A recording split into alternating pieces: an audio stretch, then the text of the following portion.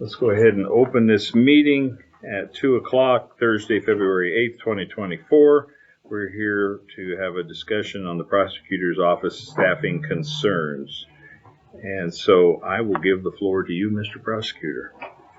Thank you, Mr. Chair. Well, sometimes I bring good news and sometimes I bring bad news. And unfortunately, this afternoon is really just the start of a dialogue that I wish I wasn't having to have, but I've been actively advertising our deputy prosecutor positions really since last summer. We are supposed to be staffed for 4 attorneys within our office. That's what our caseload numbers would indicate we should be staffed at. And going into the budget year this year, we had 3 and we had 1 vacancy we were hiring for. As I know the commission's aware, we had 1 potential applicant that had applied at the end of the summer. We were hoping to be able to fill our 4th spot with that individual who had a particular interest in moving to the Silver Valley because of family. So we thought it might be a bit of good fortune that we stumbled across somebody that had the appropriate doctorate degree that's needed for the wall and also had a reason to want to move here to our county. That attorney that we attempted to hire actually accepted the job. We had a start date for him, sent him all of his pre-employment paperwork, training, etc. He asked for an extension on his start date as we started to get close, and so understanding that I didn't really have any other available options on the job market, I granted his request for an extension for his start date. And then about 3 days before his start date, he backed out and said he wasn't going to come. So that put us back down to 3. And then with the acknowledgement of the increased workload that comes from only having 3 in the office, one of my remaining deputies then went ahead and resigned, citing in pertinent part that the amount of work that's incurred just wasn't worth the money. So he went out into private practice, which I know the commission's aware of, but just advising you to bring the dialogue up to speed. I went back out and advertised for both of those vacant positions again. I've advertised through multiple cycles. The state bar allows you an advertisement cycle of a month at a time. So advertised through multiple cycles and have yet to receive any applications from any candidates who would A, meet the requirements for credentials, and B, be a good fit or candidate for our office. I went back to the drawing board after numerous rounds with no responses from anyone that meets those criteria. I went ahead and just reposted last month at above our previously budgeted salary, so I went ahead and posted a position at 95 just to see if I could find where the floor is at for the job market right now for someone that has a law degree. Ran that through a full cycle and still cannot get a single applicant even at 95. So at this point, I'm kind of at a loss. I'm open for input or suggestions, but I mean, candidly, I've got, X amount within my budget that's allocated for salaries, and I'm not exactly certain on where I'm going to have to go with restructuring in order to develop some sort of a system that's going to be compatible to getting a body in the office. But I'm at the point where I think I'm probably at the crossroads where I've got to do something different. So I'm open for input or suggestions or ideas that anyone might have, but that's where we're at. What would be the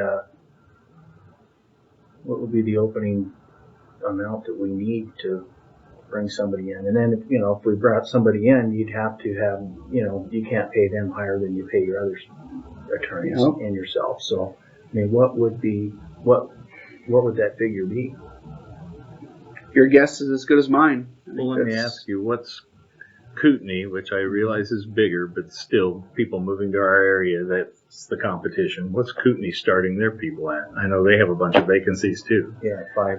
Yep. So they got 20 something in their office, and I think they've got 5 vacancies. So they're operating at about 75 to 80% staff right now. My office, we're operating at 50% staff, so obviously our need is greater, but they do have vacancies, which means that in every position that I post, they're also posting one. Which means What are they posting at, do you know? So they don't post a specific amount like I post in mine because theirs is on a pay scale. Oh. So theirs is going to depend on years of experience, the type of experience, how long you've been with their entity, etc. I do know what they're paying a few of their positions because those are locked in. So, I mean, I know what their elected salary is. Their elected prosecutor is at $160. Their chief deputy, last time I inquired, I think he was at like $140. So it's in those ballparks. Obviously, as you get down to their entry-level deputy positions, the number's going to be a little lower than those. We've restructured our salary structure in Shoshone County, and you guys are well aware of that restructuring that took place a few years ago to help try to solve our deficiency, and it at least got us a body in the door. But because of that, we've essentially taken the cream off the top and redistributed it down to the bottom. And as such, we've structured our prosecutor salaries all the same. At least that's the goal, to try to get our seats filled. What the floor is, back to your question, I think the market's got to tell us what the floor is. What do we got? What about the others? What would be the average? I guess we can talk to AIC. Yeah. Can you give us an average of what the floor would be, and then if we have to, and just as a starting point, because we'd have to have that times 4.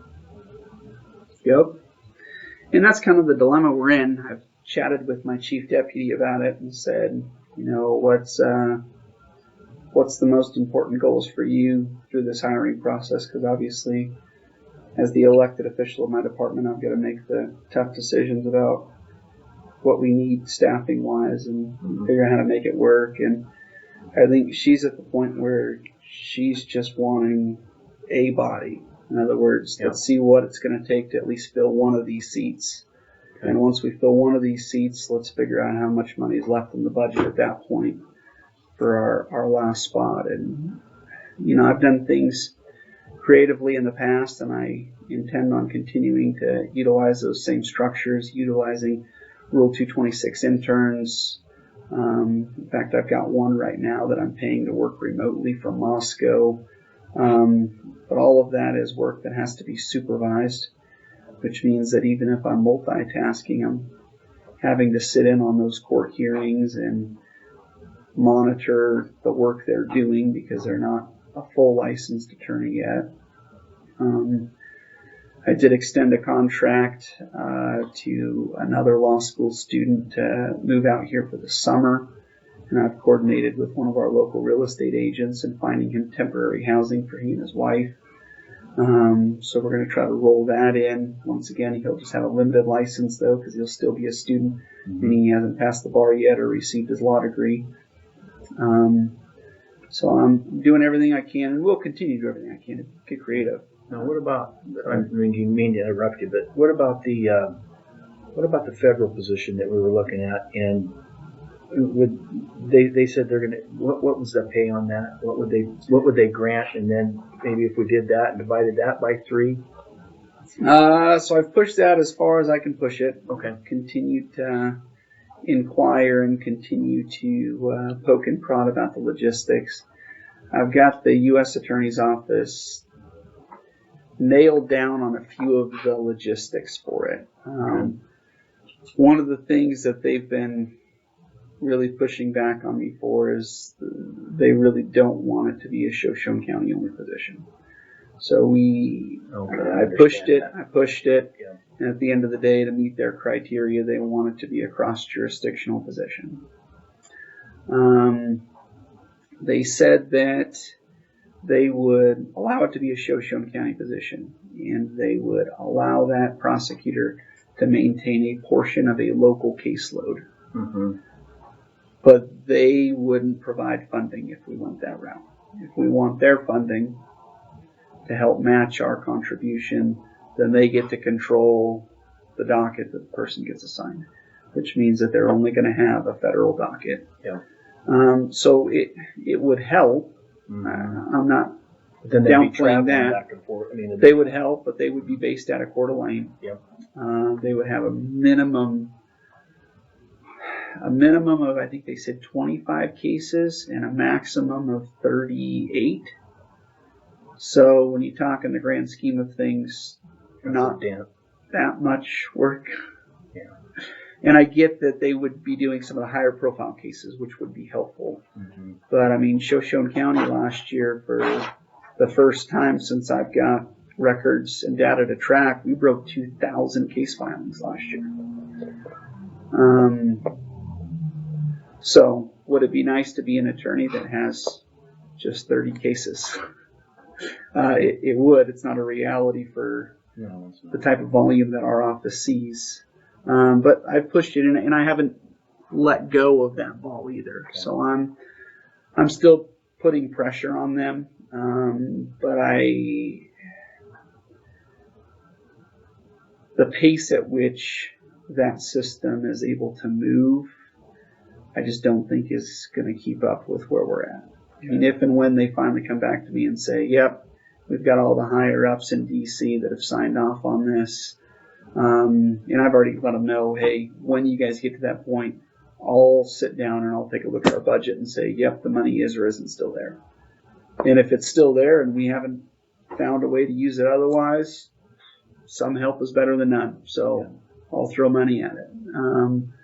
If we've found alternatives in the interim, then I'm just going to have to go where the work leads us. Okay. So just another quick question, just to get it out of the way. Out of those 2,000 cases, how many cases are drug cases? Would you guess? Can you guesstimate that? That's a tough question, Jeff. Would it be half or 60%? I mean, is it? Maybe we can revisit that again and look at that. Drug-related cases, maybe I'd say a third. A third, okay. Maybe I'd say a third. Okay. That have some tie to drugs or alcohol. Okay. Yeah. Okay. Well, I don't even sure legally how this would work, but we know we've budgeted for 4 spots. We can't fill the third, let alone the fourth. Have you considered giving up on the 4th for a year and taking all that funding and applying it to the other 3 to see if we could get a third partner, a third player? It might be what I end up having to do. Or some kind of an overtime thing similar to what Kootenai does, or yeah. Would that be enough for a third? It's just tough telling. I mean, until you start to get applications coming through the door. And for historical context, I know it precedes both of you gentlemen, but we kind of went through the same issue 2 years ago when we were trying to hire. And we advertised for over half a year. And what I had to do in that instance is I just had to keep incrementally increasing the number every posting. And then finally we hit a threshold with the last posting, and I got 3 applications. And so we said, all right, this is where the floor is at. Yeah. This is the dollar amount that everyone who's sitting out there without a job right now, monitoring all of the job postings, are willing to say that's my number. And so that's really where we wound up then. And I hate to be in that position, but that might be where we're at again. What if you advertise like Kootenai without the pay scale, and then leaving yourself room to negotiate, and knowing, beforehand whether or not you had permission to go ahead and eliminate your 4th position and use that funding, or sure. Do you think you'd change anything if you advertised with no money listed? Might. I mean, they're doing it, but it hasn't worked. But maybe it's worked in the past. I don't know. Yeah, I mean, Kootenai, I think, is getting a little bit of interest. They still have vacancies, and at the end of the day, as an employer, you still have to monitor who's applying. So, in speaking with Kootenai, I know that they've gotten a few applications through the door, but maybe there's not people that they're willing to put their stamp on. Yeah. And at the end of the day, they're producing work product for our county and our constituents. And as the elected official at the department, I've got to also be able to agree that they have the competency to do the job. And so, if you went internally with Kootenai and you had an opportunity to, pick their elected's brain on where they're at with the hiring process, I think that, part of it is a gross lack of applicants. And then from there, even if you are getting one or two coming through the door, are they somebody that you want to be making decisions for liability for your entity? And so I know that, Kootenai, one of the other things that sets them apart from us is they've got so many vacancies and they've got so many positions within their office. They can incur a little more risk in extending an offer to somebody who maybe hasn't yet taken the bar exam. So maybe they can afford to have somebody apply to their position to say, hey, I'm graduating this spring. I'm going to pass the bar this summer. I technically don't have any experience, but I'm willing to, sign on.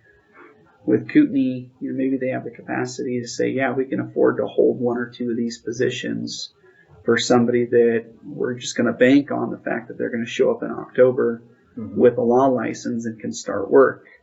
And as such, they're able to take that person off the market, right? So that person commits to them, this is where I'm going, and they're no longer available in the job market.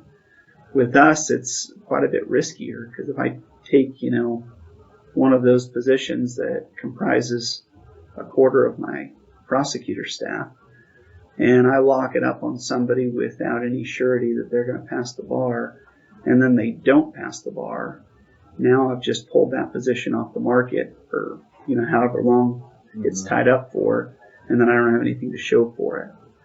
And that's part of what, bit us, I think, this last round is I did get an applicant that came through at the end of the summer. I pulled the position because we had extended a job offer to him. And then by the time he backed out, all of the summer bar applicants had already taken jobs. When do they do that? The bar? Bar exams in July. July. Okay. Yeah.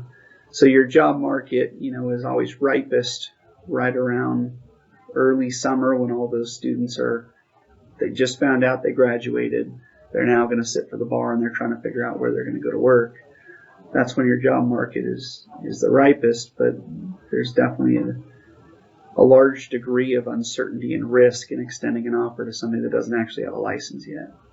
So the other thing that's unique about Idaho is right now I can bring somebody on under the Idaho Supreme Court rule, so Rule 226 that I cited earlier. I can bring somebody on with a limited license as long as I agree, being an attorney with 5 years or more of experience, to supervise and monitor all their work. However, if you take the bar exam and you don't pass, the Supreme Court yanks your limited license.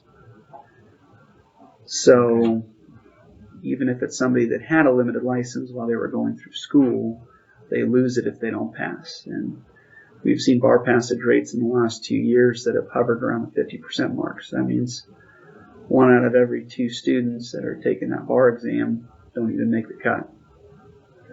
So, good questions, though. I don't mind answering them. Happy to share what I know about it.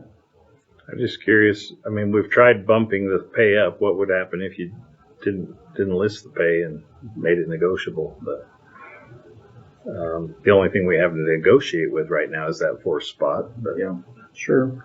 Or this idea that Kootenai does with their, you've got a set salary, but you have overtime or something. If the hours are worrying people, I don't. Well, as you know, we've got a couple of counties that are small rural counties that have managed to keep their head above water. I know Vanawaa is one of those that often comes up. They're doing good. their caseload says they need 2 attorneys in their county. They've got to, their pay in Benoit is definitely below state averages. But those attorneys also are able to maintain that private practice on the side. And as long as they're not being overworked on the county side, they have plenty of free time in their private practice to make up the difference in that salary, which justifies staying where they're at in a rural area.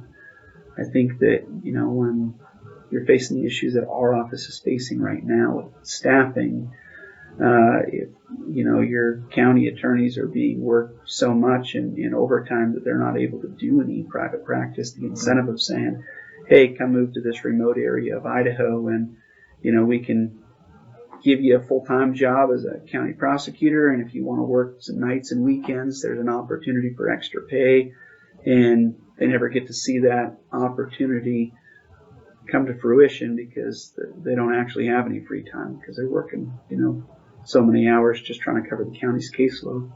Okay. So that's the tough part with that, and I think that, historically that's been an incentive that's helped some of our rural jurisdictions survive.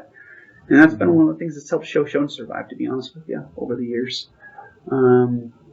It's been something that, I've never gone through a job interview with an applicant and didn't try to pitch that as the incentive that I can offer in Shoshone County, is that if they've got the drive and they're willing to work extra hours, they're going to work full time for the county, but if they're willing to work more than full time, there can be some extra compensation that they can try to reach for. But in order to make that a reality, I've got to ensure that their workload on the county side comports with the 40-hour work week that somebody signs up for when they think they're coming on board for a full-time job. So, okay.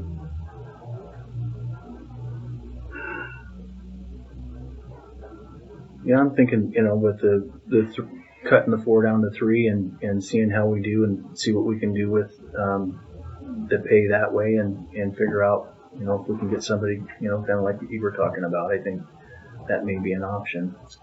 Well, it's a short-term fix because we still have enough caseloads for 4 people. Yeah. But it sure would be better than having 2 people. Yeah. Sure. And maybe it would give us enough funds to attract the kind of attorney that could handle, somebody who could handle the heavier load. Sure. We saw that. We had a great example with our, former prosecutor, Miss Oxendine. Being inside of the firm structure, I can easily attest to the fact that in 40 hours of work, she usually did the work of 80 hours worth of most attorneys, right? Mm-hmm. And so when you've got somebody that knows what they're doing, they understand the law, they're efficient with it, they know how to prioritize caseloads, you get more bang for your buck. Mm-hmm. When you're starting out at the bottom of the market and you're trying to hire a law school student fresh out of school that has no experience, your return on investment is minimal. And although you might need to bring that person on board because you've got to fill the seat, at the same time you've also got to understand what's their contribution, what they're capable of, because not all attorneys are created equal. It's a well-known fact, and so you got to look at what you're bargaining for too. So we're also facing a higher economy. Everything's gone up here, so it's not as attractive as it was. We got the double whammy. The economy's gone crazy, and our crime rates are going the wrong direction. Yeah. Well, and I know they're not in the meeting, but hats off to law enforcement. They've been doing a great job. Our guys on the law enforcement side are working really hard. I think that they're doing a good job of keeping the crime in check as best they can. And they're pulling people off of our streets that are responsible for bringing the drugs into our communities. And so my hat's off to them. I think they're doing a great job. But part of getting the drugs off of your streets are, the prosecution piece in the back end. And so it's just the reality of it. Yeah, arresting them doesn't solve the problem if we don't have the prosecution available to take care of the rest of the process. Sure. So, there are silver linings in it. Our ILED program is up and running now, which was great. It's been, a year and a half, almost 2 years in the making now. So it's great to see it finally start up this month. I think we had our second participant enter the program today. Good. So one of our felony in custody arrests from last night, we converted into an ILET participant. So, I mean, there's some silver lining. There's some small glimpses of, okay, this is helping. This is chipping away a little bit at a time. But, yeah. Well, there may not be one big giant fix. It may take multiple small fixes like the ILED program that take their chip out of the problem. Sure. But so I think you hear us saying we're pretty open to flexible ideas, and you're usually the guy with flexible ideas. So if you can figure, I know giving up that fourth spot for now is kind of a tough thing, but I don't know. I guess you would know better than any of us if three working full time is better than 2 and trying for 2 more. I don't. Sure. Well, I don't have any official proposal to put before the board for action today. I'm just talking through these ideas, and I welcome your feedback. I'm going to take them back to the office. I might try a multi-pronged approach. I might try multiple different advertisements using different structures and just seeing if any of them I can get any bites on. Okay. And if I do, and I've got something that I can actually reduce to writing on paper, then bring it back before you guys and let you know where we were successful and how that's going to change or affect the structure of things if it does. Okay. Well, right. Unfortunately, all you have is our support, but you've got some flexibility within what budget you do have, but I wish we had more. But Sure. Well, I just want to keep you guys abreast of the situation. I mean, I know that there's a good deal of misinformation that can disseminate, and I want to make sure that I'm bringing the information directly to you guys so that you guys have it and you're aware. So. Yeah, and it's good to have it in these public settings, and we can refer people to the video instead of to Facebook for their facts and fair get it straight from the source. And so, let me ask if there's any public comment or if you have the solution in your pocket. Well, I don't. Just ideas. So, we're talking, you guys are talking about the money. That deal is somebody's always going to help it. I just came from Spokane a couple of days ago. There's a big billboard right outside Coeur d'Alene. The Spokane police are hiring. Yep. So, I mean, it's just not money. So, Ben, can I ask you this question? So, how long does it take them to do their, to get their license, do the test? Yeah, so to get your doctorate degree in law, that's a 3-year degree on top of your bachelor's. And then once you've gotten your law degree, then you can sit for the bar. Okay, how long is it? Sitting for the bar usually requires, so the bar exam's offered twice a year. The primary offering is in the summer. There's a February offering usually for people that are transferring from other states or for people that have failed before. And then those results come out usually prior to October 1. So, I mean, this isn't going to fix everything or anything, but would it be worth to reach out to the colleges in Idaho and start talking to them, and then you can say, well, we're looking for somebody who pass your bar, and maybe get a list of people that the professor would say, hey, this is pretty good, instead of looking for a full-time fix, because we're a small county, we're not going to keep up with Coeur d'Alene. You almost have to look at it, it's kind of like you might have an attorney for 3-4 years, and then he's moving on. And just maybe work it through the colleges to get some of these people interested, to get their feet wet. Are they going to be new? No, they're not. They won't have the experience. But if they can do a good part of the work, it's worth it to try to bring them to us, knowing we're probably only going to have them for a few years and they're going to move on. My thought is just touching base with the colleges that have the law schools and saying, hey, we're looking for people. We got the beautiful valley here and everything else. You might have a better chance of getting the younger guys to move here for a few years, knowing they're going to move on and just use it as a training ground. That's pretty well what I see with what we pay it's going to be. But that's my opinion. Well, I'm happy to respond to that, and I hope that you'll find comfort in knowing that we actually are already doing that, and we're one of the only prosecutors' offices that are doing that. So, in fact, I just sent 2 emails already this morning back to U of I. U of I informed me that we did not get a single applicant for our position that we advertised, even within law school. So I just communicated back with them and asked if they would be willing to personally solicit students that they feel may fit the mold, even if they didn't apply to our position. Yeah. So I just sent that this morning. Over at Gonzaga, we've had a little better luck. Tomorrow morning, I'm actually going over to Gonzaga to interview 6 students for an internship. So these are students that are willing to come over here and work with a limited license as an intern. And so, I mean, that's part of that stream. I noted that we're going to bring back our U of I intern from last year. We're going to bring him back this summer, and he's going to get temporary housing here. And that's a product of us going down to the law school last year and doing that same type of recruitment.